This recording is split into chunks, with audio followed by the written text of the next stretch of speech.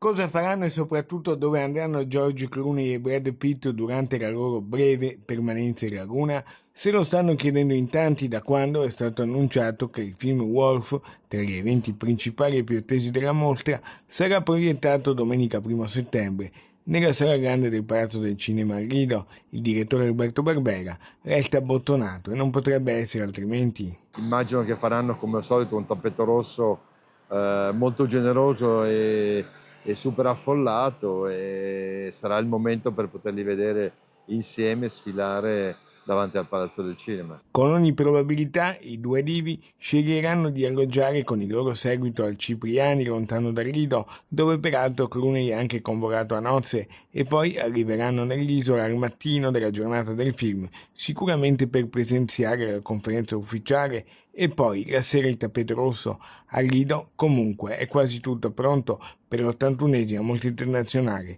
d'Arte Cinematografica di Venezia. Il Rido sta rispondendo bene, direi di sì, è cambiato un po' l'atteggiamento. Mi sembra che ci sia molta più, come dire, disponibilità e pazienza, e tutti aspettano la mostra come il grande evento che caratterizza la vita del Lido nell'estate di ogni anno. Le camere ci sono o ve ne mancano ancora? Le camere mancano purtroppo.